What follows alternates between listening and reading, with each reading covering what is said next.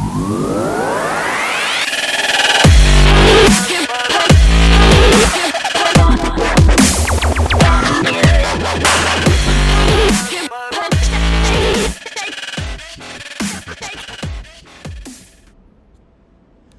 and welcome to video 5. Let's start by going over button A and button B.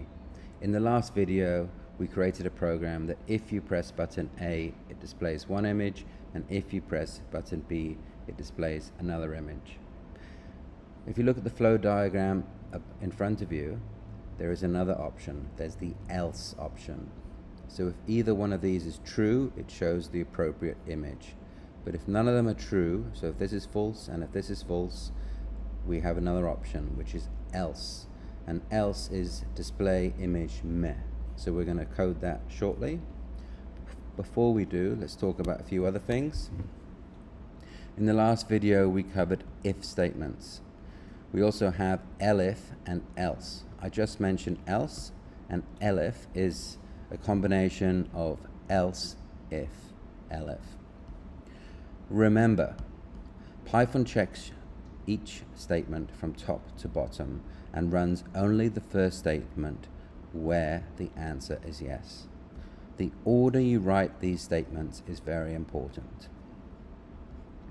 To provide us with more options, we can make a decision based on multiple outcomes. For example, if button A and button B is pressed.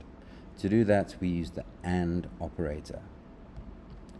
When you use the AND operator for button A and B, the order is even more important.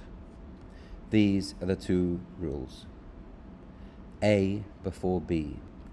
So when you're creating a sequence, you want to make sure that button A is before button B. Additionally, and most importantly, if you are going to use button A and button E for one outcome, that line needs to be the first and foremost. So let's see what this looks like. So on the screen, we have the program we wrote in the last video. We're going to start by adding an else. So else, you can see that the E is below the I, which is below the I. So we've got two spaces, two spaces, two spaces. And we're going to display an image of a meh. So now, if nothing is happening, it will display meh. But let's look what happens with our program when we press button A. You can see it's jumping. Let's look at B, that's working. So this is because we haven't used the elif. So we need to have if followed by elif followed by else. So now when I press run, it will show a meh. When I press button A, it will show happy face. When I press B, it will show a snake. So let's expand this and add a third option. And the third option is going to be if button A and button B.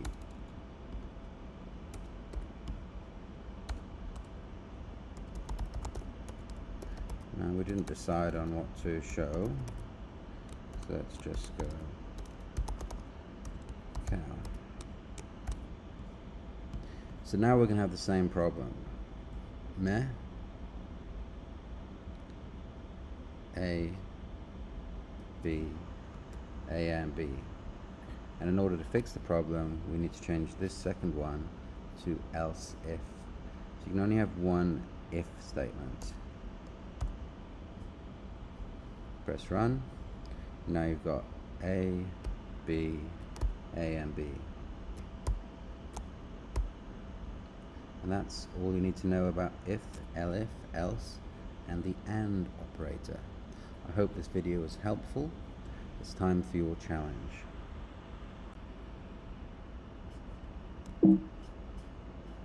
Your challenge, should you choose to accept it, is to create a program that shows 4 arrows: north, south, east, and west. If no button is being pressed, the microbit should display arrow underscore north. If button A is being pressed, the microbit should display arrow west. If button B is being pressed, the microbit should display arrow east. If both buttons are being pressed, the microbit should show arrow south. Good luck. Remember, the order that you write your code is vitally important. The second hint is that you need to make sure everything is aligned correctly, so that the if, the elif, and the else statements are all underneath each other, 2 spaces from the line's beginning.